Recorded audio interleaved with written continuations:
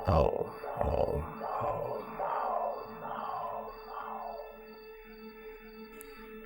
ओम ओम श्री परमात्मा ने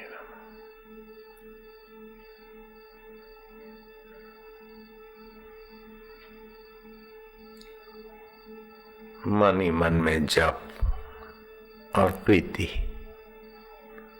भजताम प्रीति पूर्वकम ददामी बुद्धि योगम। तो प्रीति पूर्वक भजते जाएंगे, उन्हें मैं बुद्धि योग देता हूं ताकि मेरे आनंद का, मेरे सामर्थ्य का, मेरी सत्यता का अनुभव पा सके। ओम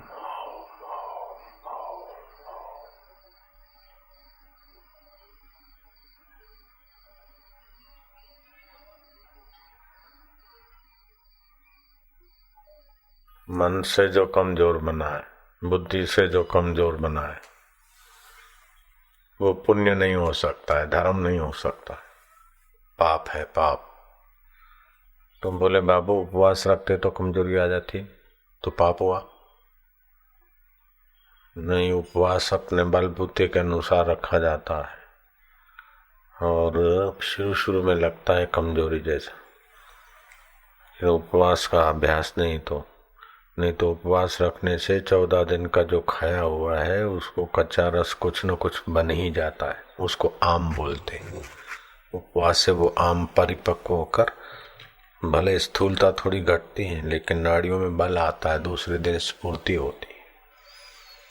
अगर स्फूर्ति नहीं है और कमजोरी लगती है तो फिर उपवास में सेव फल ये वो खा लिया करो। आजकल तो उपवास भी ऐसे ही है, फैशनेबल उपवास है। कढ़ी मोरैया की खिचड़ी, रात को मोरैया की कढ़ी खीर, ये तो उपवास कहने भर को है, फैशनेबल उपवास है, फैशन वाला उपवास। तो जो तन से मन से और बुद्धि से तुम्हें कमजोर करे वो धर्म नहीं है। आरोग्य के लिए कभी थोड़ा बहुत उपवास खींचना भी पड़ता है। कमजोरी जैसा हमने 3 दिन लगातार कुछ नहीं खाया, केवल सौंठ वाला पानी पिया तो कमजोरी तो हो गई, लेकिन वो रोग निवारण के लिए, दोषों को मिटाने के लिए करना, वो कोई पाप नहीं।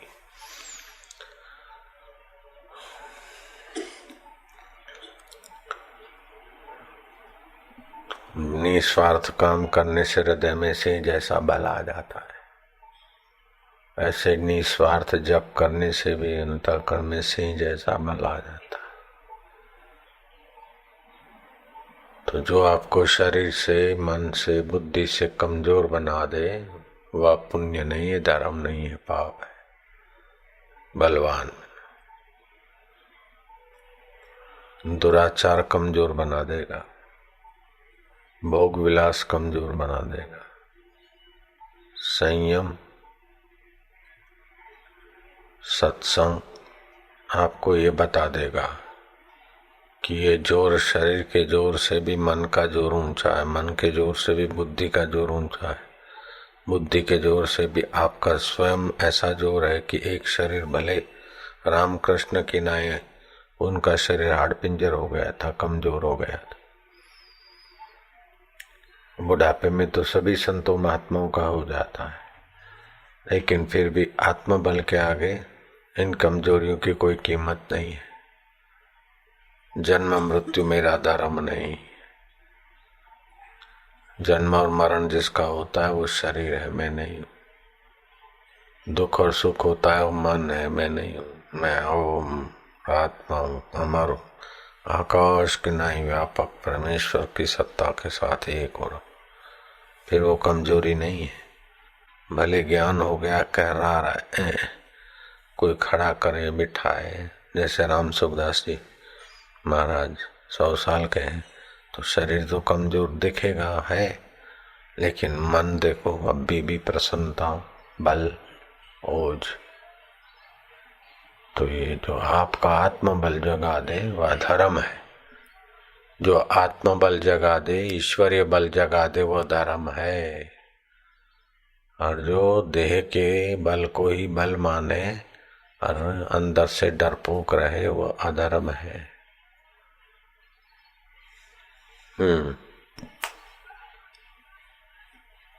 ज्ञान के कठिन मार्ग पर चलते वक्त आपके सामने जब भारी कष्ट एवं दुख आए तब आप उसे सुख समझो, क्योंकि इस मार्ग में कष्ट एवं दुख ही नित्यानंद प्राप्त कराने में निमित्त बनते हैं।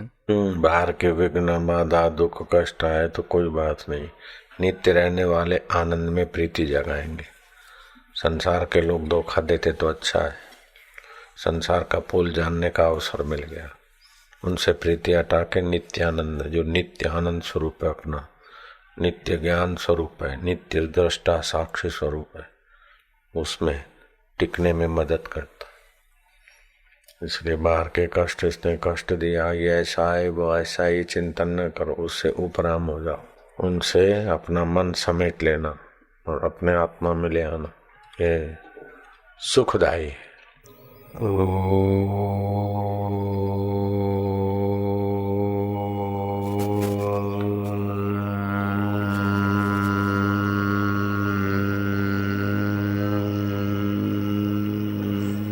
जितनी देर बोलो उतनी देर शांत, जितनी देर बोलने में लगे उतनी देर शांत, आनंद का चिंतन, शांति।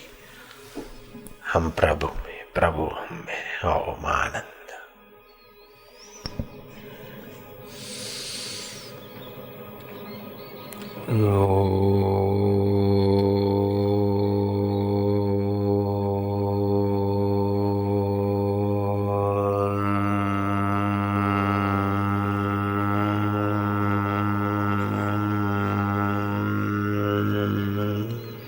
ओम शांति, ओम शांति, ओम शांति, शांति, ओम शांति, मधुमय शांति।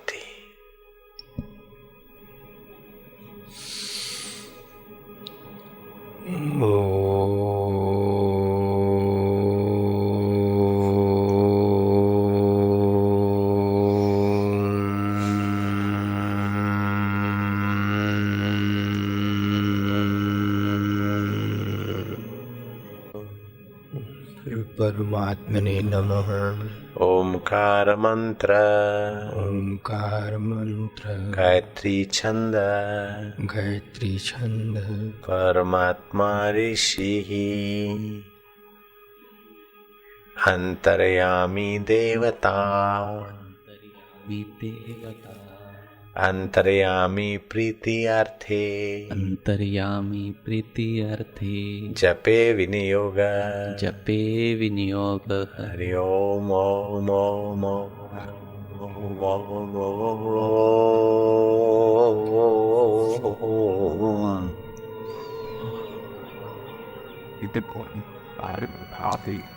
हरि ओम ओम ओम ओम ओम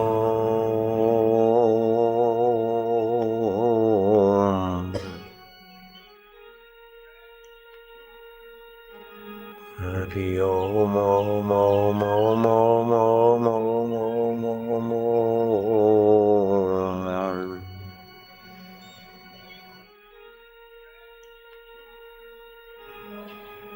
इस प्रकार होठों में जपते जाओ, डूबते जाओ,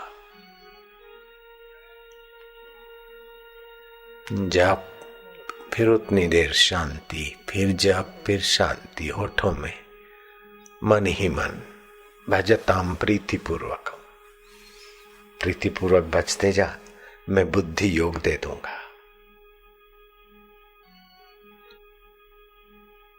ओम ओम ओम ओम ओम ओम ओम ओम ओम ओम ओम, फिर बंद, ओम ओम ओम ओम ओम। जहाँ प्रेम होता है वह मन अपने आप लगने लगता है। ध्यान करने में तो कर्ता बना रहता है, कर्ता नहीं करना है। प्रेम करते करते प्रेम करने वाला अपने आप रसमय होता जाता है। नहीं तो तन सुखाकर पिंजर कर दियो, दिन और रात ध्यान करे तो भी करता विश्रांति नहीं पाएगा तो काम अधूरा है। ओम ओम ओम ओम। शांति, प्रीति, आनंद, आरोग्य। ओम ओम ओम ओम।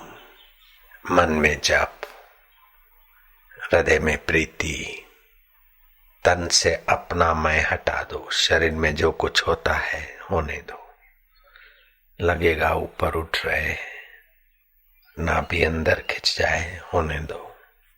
हास्य आए, रुदन आए, चुप्पी आए, अथवा श्वासोश्वास गिनने से मन लगता है, ठीक है। जैसे कैसे भी भगवत रस में मन को चस्का लगाते जाओ। आनंद है, माधुर्य है। ओम ओम ओम। रोज 10 मिनट इस प्रकार का गुंजन करके अपने इर्द गिर्द एक आभा मंडल बन जाएगा। कुछ समय के बाद जैसे इंद्रधनुष के सप्तरंग, ऐसी उस आभा का रंग भी तुम्हें कभी महसूस होगा। ये 10 मिनट इस प्रकार का जप आपके इर्द गिर्द मांत्रिक ओरा, मांत्रिक आभा, जैसे टीवी रेडियो की वेव्स भी है लेकिन उसको देखने के लिए चैनल चाहिए, ऐसे ही जप करने से उससे भी सूक्ष्म और पावरफुल वेव्स आभा परमाणु बनते, जो तुम्हारे शरीर के इर्द गिर्द मंडारते रहते। एक प्रकार का गोल चक्र बन जाता है, सुदर्शन, श्रेष्ठ दर्शन।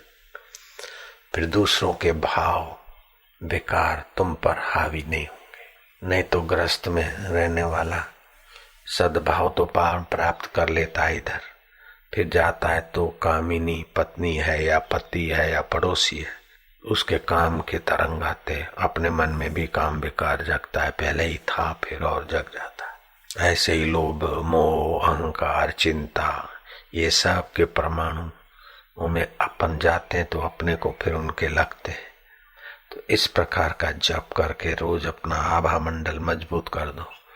फिर उस आभा मंडल से आप किसी ऑफिस में जाएंगे, कहीं भी जाएंगे तो आपके संकल्प के अनुसार वो आभा उस सामने वाले को सहमत बना देगी। इसी को बोलते विल पावर। विल पावर वाला जाता है तो ऑफिसों में काम हो जाता है।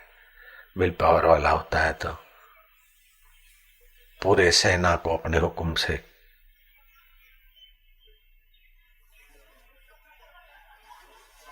उसी प्रकार करने को बाध्य कर देता है। एक लड़का था, स्कूल में मार मारा मास्टर ने, माता पिता का प्यार नहीं था, लड़का घर छोड़ के भागा। ट्रेन में मुसाफरी कर रहा था बिना टिकट। टीटी ने पूछा,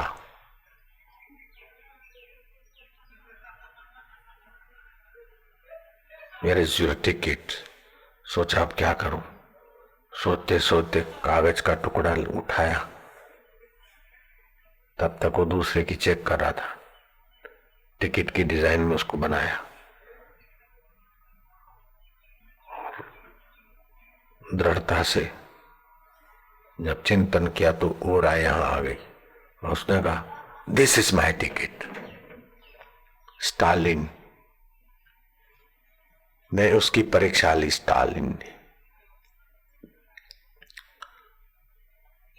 स्टालिन था रशिया का। तो उस छोरे ने देखा कि ये ऐसे संकल्प करने से कागज का टुकड़ा भी टीटी को टिकट देखा, तो ये संकल्प की दृढ़ता से मनचाह काम हो सकता है। धीरे धीरे उसकी प्रैक्टिस बढ़ गई। लड़के का नाम था मैसन। रशिया का प्रेसिडेंट उस समय था स्टालिन। तो रशिया के प्रेसिडेंट स्टालिन तक ये बात पहुंची। उसने बोला ये नहीं हो सकता है। तो वो अपना मनोबल से सामने वालों को जादुई ढंग से चमत्कार दिखाता था। स्टालिन ने पुलिस भेजी, मैसिंग को ले आओ। बोले हमारे सामने ऐसा कुछ दिखाओ कि हम माने कि मनोबल से सब संभव है। तो मैसिंग ने पूछा क्या आप बताओ। बोले आज रात को मेरे कमरे में तुम मनोबल के प्रभाव से आके दिखाओ। स्टालिन इतना डरपोक था कि उसको 500 कमरे थे, कौन से कमरे में रात को रहेगा उसके बॉडीगार्ड को भी पता नहीं चल रहा था, और चारों तरफ अपने महल के सैन्य खड़ा कर दिया। किसी भी कीमत पे कोई आदमी अंदर नहीं घुसे, एकदम पक्का, order is the order.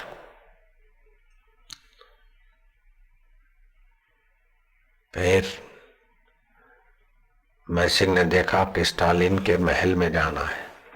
Stalin कहाँ होगा वो तो ठीक है, खोज लेंगे, लेकिन इतनी सारी सेना को चीर के कैसे जाएंगे। थोड़ा सा मनोबल से चिंतन किया, आइडिया आ गई। सेना का जो सेनापति था उसका नाम और उसकी अदा का चिंतन किया, और उसी की अदा से वो रवाना हुआ। तो सारे सेना सलाम मारने लगी, आई एम मिस्टर बैरिया, आई एम मिस्टर बैरिया। तो बैरिया जैसे वर्दी पहन ली और बैरिया की चाल से जाने लगा। तो जिस सेना को कड़क नियम था कि कोई अलाउ नहीं है, वो सेना भी मिस्टर बैरिया था तो मैसिंग, लेकिन बैरिया समझ के सलाम मार के उनके लिए रास्ता कर दिया। और 200 और फलाना नंबर कमरा में खटखटाया। स्टालिन ने खोला, सरप्राइज, इतनी सारी मिलिट्री तुमको कैसे आने दिया? आ गए बस, कैसे आने दिया? बोले एक और बताओ चमत्कार। बैंक में से 1 लाख रुपए तुम अपने मनोबल से निकलवा के लाओ। बैंकों को, इर्द गिर्द बैंकों के आदमी रख दिए। 1 घंटे तक बैंक में कोई जाएगा नहीं और किसी से ये ले नहीं, इस पर जासूसी रख दी गई। मैसिंग गया कैशियर के पास, जिस स्लिप से पैसे भरे जाते वो स्लिप उठाई और उस स्लिप पर लाख रुपए का सेल्फ चेक कि ढंग से लिख किया, और ये चेक है, सेल्फ चेक है। तो कैशियर ने लाख रुपए दे दिया। रशिया में रूबल चलता था। लाके स्टालिन को दिया, चेक किया कि उसी बैंक से लाया है। बोले हाउ कैन मी, कैसे लाए? जाओ उसको वापस दे आओ। मैसिंग गया, बोले मैंने जो चेक दिया वो ठीक से देखो क्या है। देखा कि तो चेक बुक नहीं, चेक नहीं, ये तो पैसे भरने की, रूबल भरने की स्लिप है। मैंने कैसे दे दिया? वो घबराया। बोले नहीं तुम घबराओ नहीं, मैंने संकल्प किया था कि तुम्हें चेक दिखे और तुमने दिया है, कोई बात नहीं, तुम्हारा कसूर नहीं। नास्तिक स्टालिन समझ गया कि योग की शक्ति क्या होती है, और मैसिंग को निर्दोष हृदय के प्रभाव से सहज में प्राप्त हो गई थी। तो जो कूड़ कपट करते हैं, झूठ बोलते हैं, उनकी शक्ति मारी जाती है। हकीकत में झूठ बोलने से काम नहीं हुआ, जो भी तुम्हारी निष्कामता और सच्चाई है काम उससे होता है।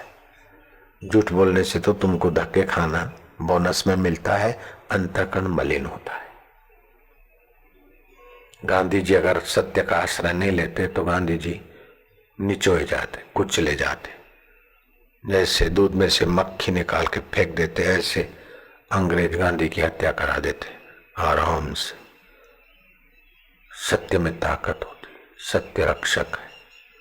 सत्य से पृथ्वी टिकी है, सत्य से सूर्य तप रहा है, सत्य से जल में रस है, सत्य से ही अभी आप कितना भी कसम खा के झूठ बोलना शुरू करो, फिर भी सत्य के आश्रय के बिना आप झूठ नहीं बोल सकते। ईमानदार तो ईमानदार को चाहता है, लेकिन बेईमान आदमी भी अपना मुनीम, अपना सेक्रेटरी ईमानदार चाहता है। बेईमान की कीमत नहीं है, ईमानदार की कीमत। अपन बोलने में कुछ गलती खा जाते तो तुरंत बोलते हैं कि ये मेरा मिलावट है, नहीं तो खटकता रहता है। तो ईमानदारी की बड़ी, honesty is the best policy. Swami Madhav Tirth हो गए, रेलवे में ऑडिट विभाग के अच्छे ऑफिसर थे। उन्होंने लिखा, वो भी सत्यनिष्ठ पुरुष हो गए, लालजी महाराज के गुरु। एक लड़का सामने वाले के मन के प्रश्नों का वर्णन कर लेता था, उसका उत्तर भी दे देता था। कोई भगत उसको कश्मीर से ले आया बॉम्बे, और आपके मन के आप मन में ही रखे और सवाल के जवाब मिल जाएंगे। और मिले तो फिर उस आदमी ने उससे पार्टनरशिप लिखवा ली, बोर्ड लगा दिया कि जिसको जो भी सवाल मन में ठान के आएगा उसका ठीक से तुम ये ठान के आओ सवाल, वो भी बताया जाएगा और उत्तर भी मिलेगा तुम्हारे हित का। तो लग गई लाइन। 25 रुपया फी रख दी गई। 10-5 लोगों के तो सच्चे हुए, फिर उसके झूठे पड़ने लगे। तो क्या हुआ, तो लोगों को उपाय गलत मिले। तो फिर किसी ने, जिसने पार्टनरशिप की, उसी ने उसको फंसाया, केस कर दिया। अब वो बेचारा घबराया, सीधा साधा लड़का था। तो वो केस में जो बेंच बैठती है उसमें माधव तीर्थ का भी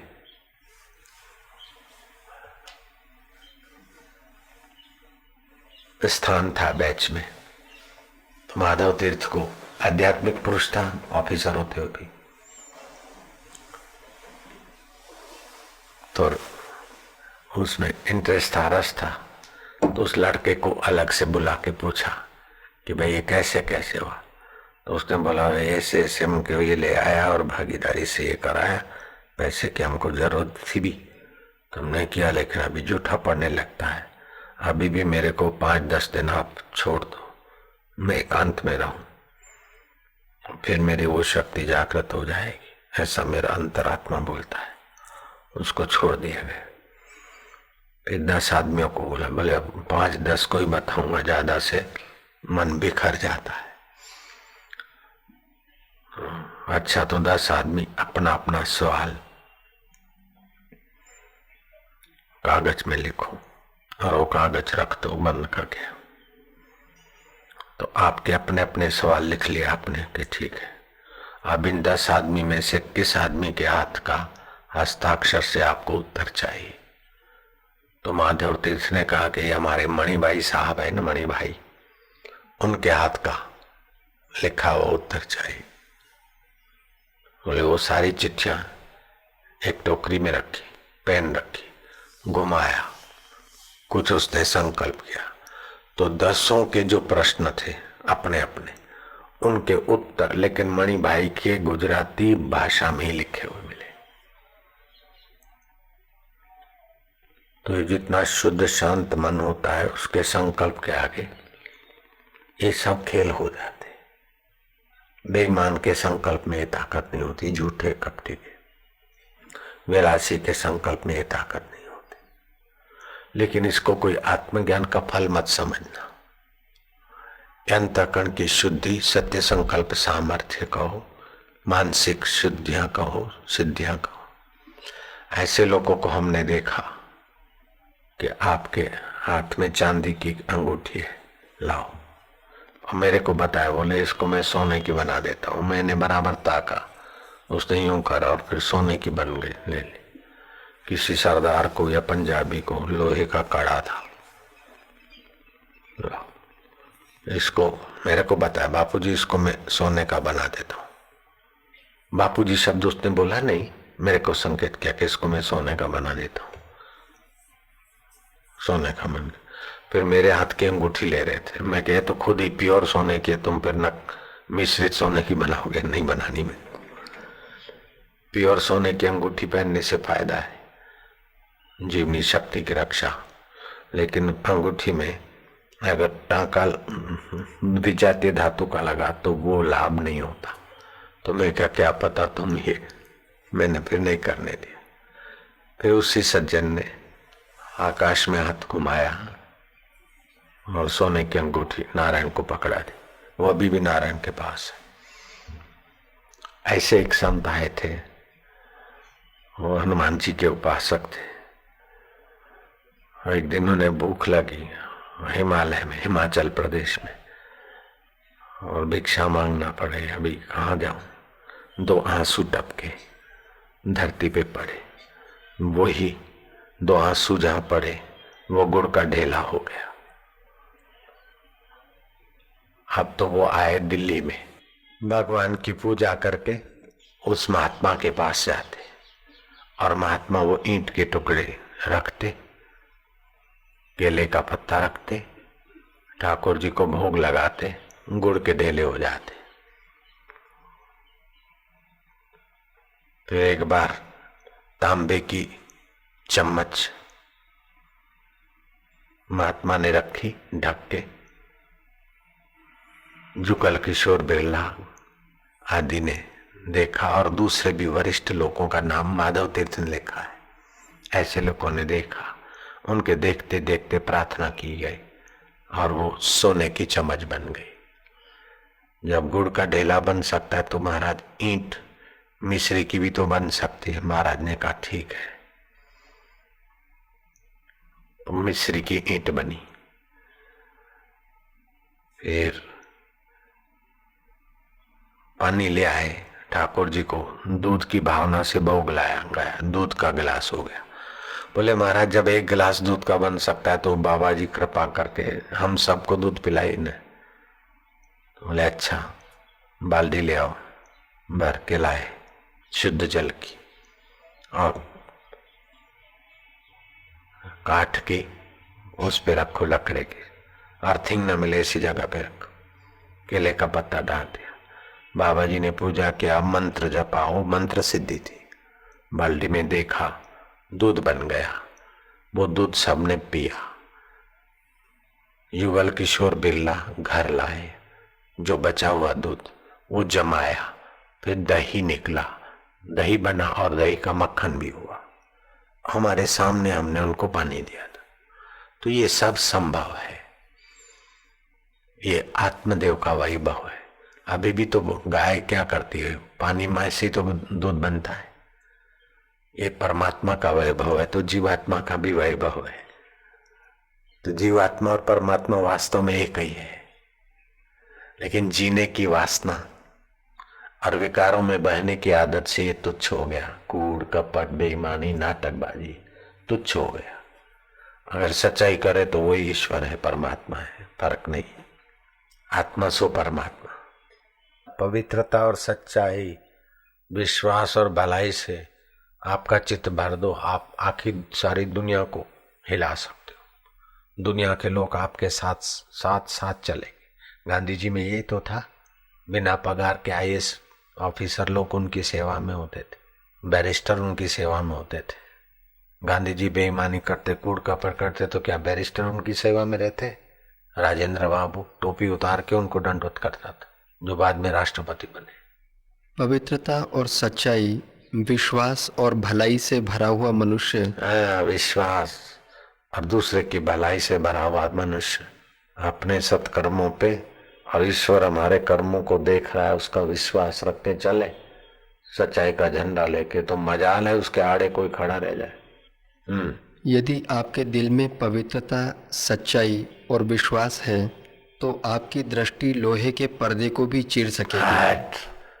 ये मैसिंग क्या हुआ? लोहे के पर्दे को चीरने वाली दृष्टि हो गई। निर्दोष लड़का था, रशिया की घटना है, वो कोई भारत में भी जन्मा नहीं था। आपके विचारों की ठोकर से पहाड़ के पहाड़ भी चकनाचूर हो सकेंगे। सच्चाई भलाई से भरा हुआ हृदय है तो आपके विचारों से, विचारों की ठोकर से पहाड़ भी चकनाचूर हो सके। विवेकानंद ने भी इस बात पर प्रवचन किया। तो अमेरिका में एक माई देखा कि सच्चा विश्वास और सच्चाई हो तो पहाड़ भी हट सकता है, तो अपने घर गई। जो पहाड़ उसके सूर्य प्रकाश को रोकता था, उस पहाड़ को आंखें मूंद के बोलती है, I say to you with fat go away, go away, go away. लेकिन वो पहाड़ हटा नहीं। आंखें खोली तो हंस पड़ी, बोले मेरे को पता था तू हटेगा नहीं। तो विश्वास हृदय में था नहीं। बेईमान आदमी को आत्मविश्वास कहां से आएगा? आएगा? आत्मविश्वास नहीं तो फिर क्या? ईमानदारी से आत्मविश्वास आता है। राम राम राम राम राम राम राम राम। राम कितने सच्चे थे कि राम का नाम लेने से कामी रावण का भी काम राम में बदल जाता था। राम राम राम राम। काम विकार सताता है तो क्या करो? मंत्र देता हूं। ये मंत्र विश्वास से जपो, अप्सराएं आके गले लगे, कामिनियां आके चिपके, फिर भी आपका शरीर का ऊर्जा की रक्षा हो सकती है। लेकिन बेईमान आदमी बेईमानी से जपेगा तो थोड़ी होगा, सच्ची श्रद्धा से जपेगा तो बिल्कुल फायदा होता है। हमने इसका प्रयोग करके देखा है। ऐसा मंत्र है। एक तो आंवले का पाउडर 40 ग्राम, 10 ग्राम हल्दी का पाउडर, मिश्रण बन गया। 3 ग्राम सुबह 3 शाम को पाको, धातु संबंधी बीमारियां ठीक हो जाएगी। मासिक स्त्राव ज्यादा पड़ता है फलाना, तो उसको पित्त का प्रकोप है।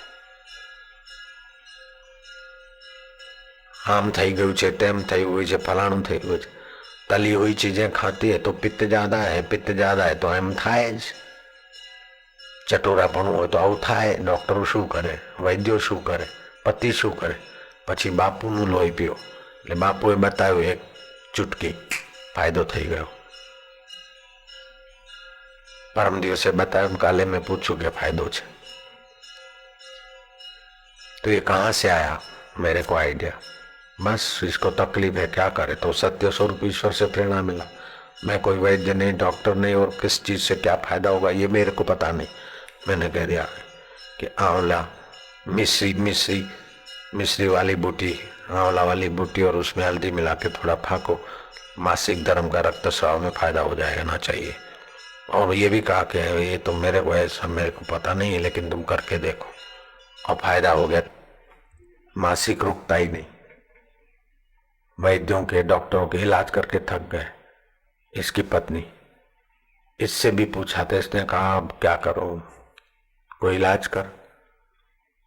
फिर उसने मेरे को पूछा, तो मैंने बोला भाई अब मेरे को तो हम तो जानते नहीं, क्योंकि मैं स्त्री भी तो नहीं हूं, तो मेरे को अनुभव हो गया क्या होने से, तो अब क्या करूं। लेकिन जिससे स्त्री और पुरुष है वो परमात्मा तो वही का वही है। तो मैं थोड़ा शांत होके उसको फोन करते करते, फोन पे बात करते, मैं बोला ऐसा करके देखो, साकर वाली बूटी में हल्दी मिला के चपटी चपटी 3 ग्राम की 2 टाइम फाको, इससे ठीक हो जाना चाहिए। और ठीक हो गया। तो एक तो मासिक अधिक आता हो, अथवा मासिक संबंधी तकलीफ हो, पानी पड़ने की तकलीफ हो, मुहावसे हो, अथवा सपन दोष होता हो, तो उसमें ये बूटी का उपयोग कर लिया।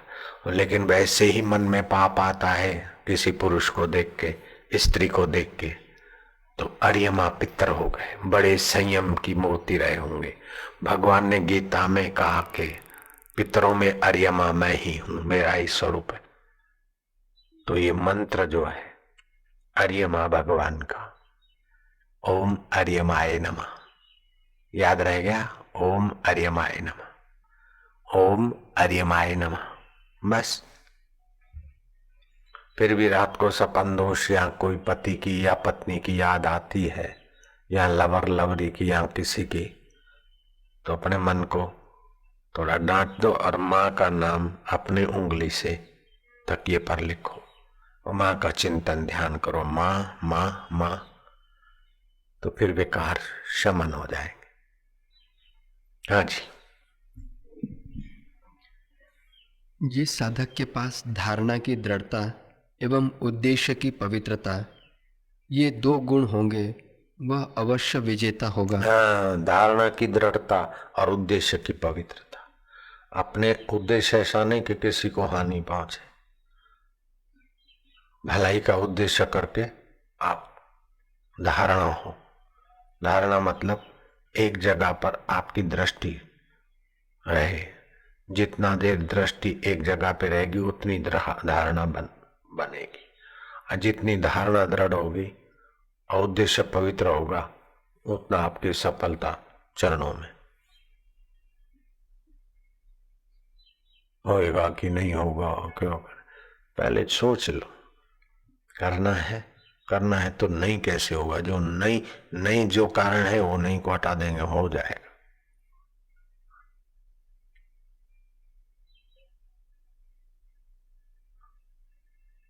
I do it, I will do it। Chicago कैसे बना? वो प्याज का जंगल था।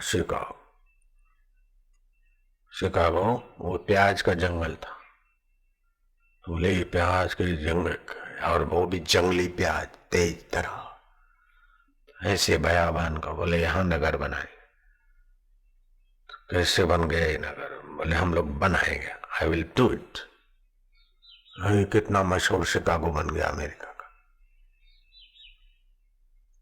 आपकी धारणा दृढ़ होनी चाहिए। देश बंधस्य चित्तस्य धारणा, एक जगह पर चित्त को लगाना। आप सीधे में बैठे हो, आंख ऊपर, ज्यादा नहीं, थोड़ी सी ऊपर हो, चले, और एक टक किसी वस्तु को देखे रहो, अथवा तो आकाश को देखे रहो।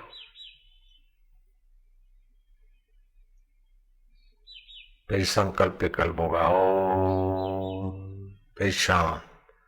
तो जितनी देर ओम जपा उतनी देर शांत, इससे धारणा दृढ़ हो जाएगी। अथवा तो यहां भ्रुकुटी में, या तो सामने त्राटक करो, गुरु मूर्ति पर, दीपक की ज्योत पर, अथवा एक पुट्ठे पर कागज चिपका दो। फिर 1 रुपए जितना गोलाकार करो, उसको स्याही से भर दो, किसी भी स्याही जैसे रंग से, और बीच में पीली बिंदी करो। उस पीली बिंदी को देखते जाओ, और देखते देखते वो पीली बिंदी पिलास हट जाए, सारा स्याही भी एक रंग दिख जाए, तो समझो आपकी धारणा पक्की हो गई। आज से 30 साल पहले मैं सत्संग, कोई जबरन मेरे को समझा, हाजी जी करके ले जा रहा था सत्संग करके। तो सत्संग में बहुत भीड़ हो गई। तो एक साधु आया मेरे निवास पे, मेरे आगे बहुत रोया। उस समय में तो 28 साल का, 32 साल, 33 साल पहले, 35 साल पहले की बात है। दिशा में रहता था, तो मैं तो लड़के जैसा लगूं, और वो साधु बूढ़ा मेरा मत्था टेके मेरे आगे सन्यासी और रोया खूब। बोले स्वामी जी, मेरा सब कुछ चला गया। जिस गांव में, जिस इलाके में मेरी पूजा होती थी, लोग भगवान मानते थे, अब वही विरोधी हो गए। तो मैंने उसको बोला कि तुमने त्राटक सिद्ध किया था थोड़ा, और कोई आते थे तो तुम पानी देख के दे देते थे, अथवा कुछ आशीर्वाद दे देते तो फलता था। अब तुमने ज्यादा बिखर गए, एकांत में रहे नहीं, अभ्यास किए रहा नहीं, तो जो कमाई थी खर्च हो गई, इसीलिए वो आपका विरोध करते। बोले बापूजी आपको कैसे पता? तो बड़ी श्रद्धा। बापूजी मेरे बोलने की आदत होगी। उस समय बापूजी हम थे नहीं, और कोई बोलता भी नहीं था, लेकिन मेरी गलती से मैं बोल दिया बापूजी सब। वो बड़ा प्रभावित हो गया। आप जब शांत आत्मा ईश्वर में होते हैं तो सारे रहस्यों के रहस्य निर्वासनिक चित्त में प्रकट होते हैं। सवासनिक चित्त में, चंचल चित्त में और सवासनिक चित्त में तो अपने वासना के अनुसार कल्पना पैदा होती, और निर्दोष चित्त में, निर्वासनिक चित्त में, एकाग्र चित्त में परमात्मा की प्रेरणा होती। परमात्मा और फिर तुम एक हो जाते हो। फिर तुम्हारी प्रेरणा नहीं, ईश्वर की प्रेरणा, और ईश्वर और तुम दो नहीं होते हो, उस समय प्रेरणा होती। आप सत स्वरूप होते हो, चित्त स्वरूप होते हो, आनंद स्वरूप होते हो। तो सच्चिदानंद ब्रह्म है। कोई ऐसा नहीं कि दो हाथ पैर वाला परमात्मा वहां बैठे बैठे आके ये करता है वो करता है, उसको जाके प्रेरणा करता है, उसको जाके प्रेरणा नहीं नहीं, ये तुम्हारा सत्य संकल्प ही उसके अंतःकरण के संकल्प को उसके अनुरूप कर देगा।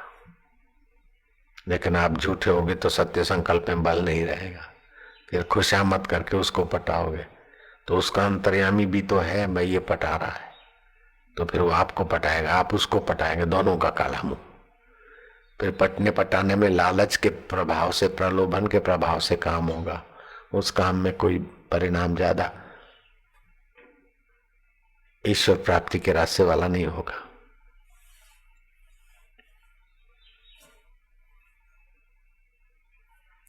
मानो कुछ हरामी लोग मिलकर संकल्प करते हैं तो उनके भी संकल्प बल तो होता है उनमें भी कुछ तो, लेकिन उद्देश्य हल्का है और आपका उद्देश्य बढ़िया है। तो हरामियों के चार लोगों के संकल्प और तुम अकेले हो, फिर भी उद्देश्य ऊंचा है तो तुम्हारा विजय होगा।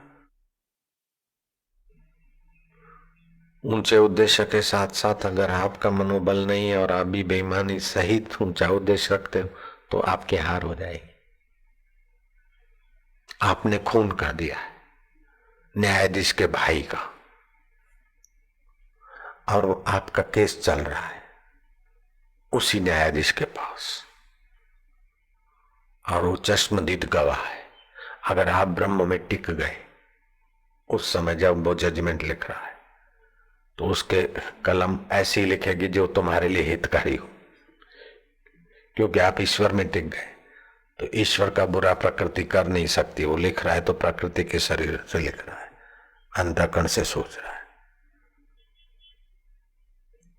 जैसे दासी स्वामी का बुरा नहीं कर सकती, संसार की दासी तो धोखा कर भी दे, लेकिन प्रकृति देवी वो सत्य स्वरूपा है। सत्य स्वरूप परमात्मा की सत्ता सत्य स्वरूपा है। आप परमात्मा में टिक गए तो आपके लिए वो प्रकृति वही करेगी जिससे आपका मंगल हो। बुद्ध बैठे थे, भिक्षुक भी बैठे थे, पहाड़ से एक चट्टान लुढ़की, तीर की नई लुढ़कती हुई आ रही थी। जिस छोटी मोटी चट्टान को वो बड़ी चट्टान लगे वो चट्टान के टुकड़े हो जाते थे, इतनी मजबूत चट्टान लुढ़क गई। सारे भिक्षुक भाग गए, बुद्ध बैठे ही रहे। अब बुद्ध तो एकदम पिस जाएंगे पक्का था, लेकिन बुद्ध के नजीक आते आते वो चट्टान किसी छोटे पत्थर से टकराई, दो टुकड़े हो गए। एक टुकड़ा लुढ़क के बाहीं ओर निकल गया, दूसरा दाहीं ओर।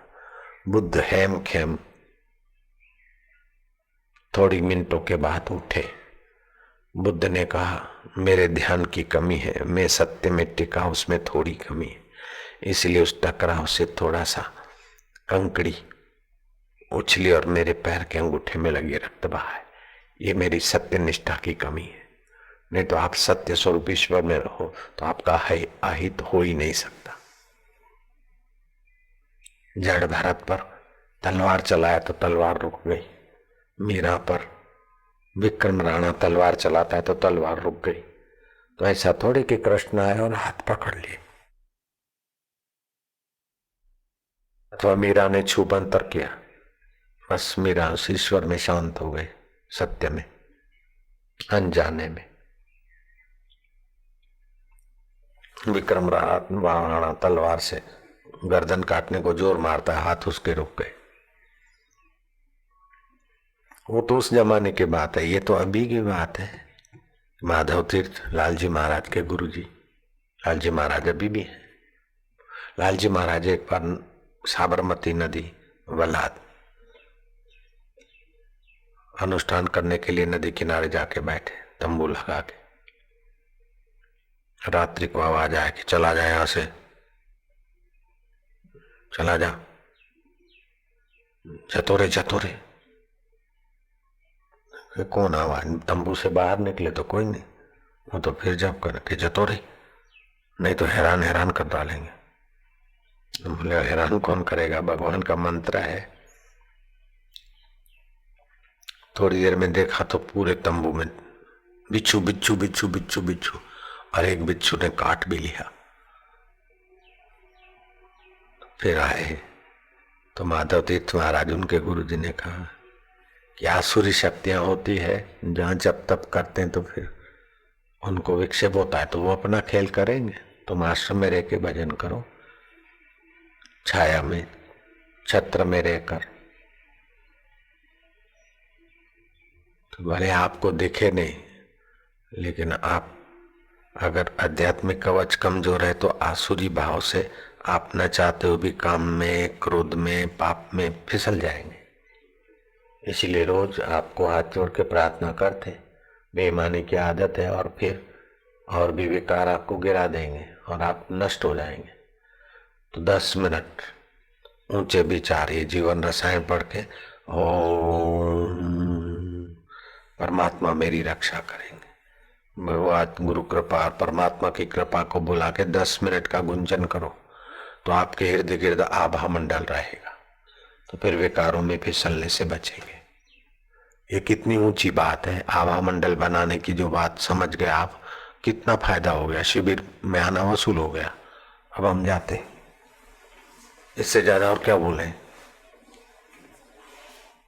अब आपके शिविर आना वसूल हो गया। अब हम आए तो भी मौज है, नहीं आए तो भी 3 दिन में कोई जरूरत नहीं। सुबह 3 बजे के उठे थे, सोच रहे थे कि आपका हित कैसे हो, क्या हो, कैसा करें, आपके हित की बात हो। बस धारणा और हित, उद्देश्य ऊंचा। नहीं तो ये कल युग में और तीर्थ भूमि है, यहाँ पर ऐसा पावर से सत्संग करना मजाक है। लोग हल्ला पुकारे कि एक ऐसा महाराज कथा में से उठा देता है, लेकिन कोई ऐसा हल्ला नहीं पुकार सकता। हमारा उद्देश्य ऊंचा है। जिनको टोकता हूं उसके भी हित के लिए टोकता हूं। जयराम जी की धारणा दृढ़ हो और उद्देश्य की पवित्रता हो तो विरोधी अपने आप विरोध करने के इरादे से मुकर जाएंगे। उनका विचार ही नहीं उठेगा, उठा तो टिकेगा नहीं, और थोड़ा टिका तो सफल नहीं हो सकते। आपकी धारणा और उद्देश्य ऊंचा है तो बस हो गया। तो धारणा को बढ़ाओ और उद्देश्य को ऊंचा रखो। कामी आदमी का तो उद्धार हो सकता है, लोभी का भी हो सकता है, लेकिन कपटी का नहीं हो सकता, झूठे का। क्योंकि कपट तो करता है। काम तो एक विकार आया, क्रोध विकार आया, लेकिन कपट किया गया है। कपट गांठ मन में नहीं, सबसे सहज स्वभाव, नारायण व संत की लगी किनारे नाव। फिर तो भव सागर से पार हो गया।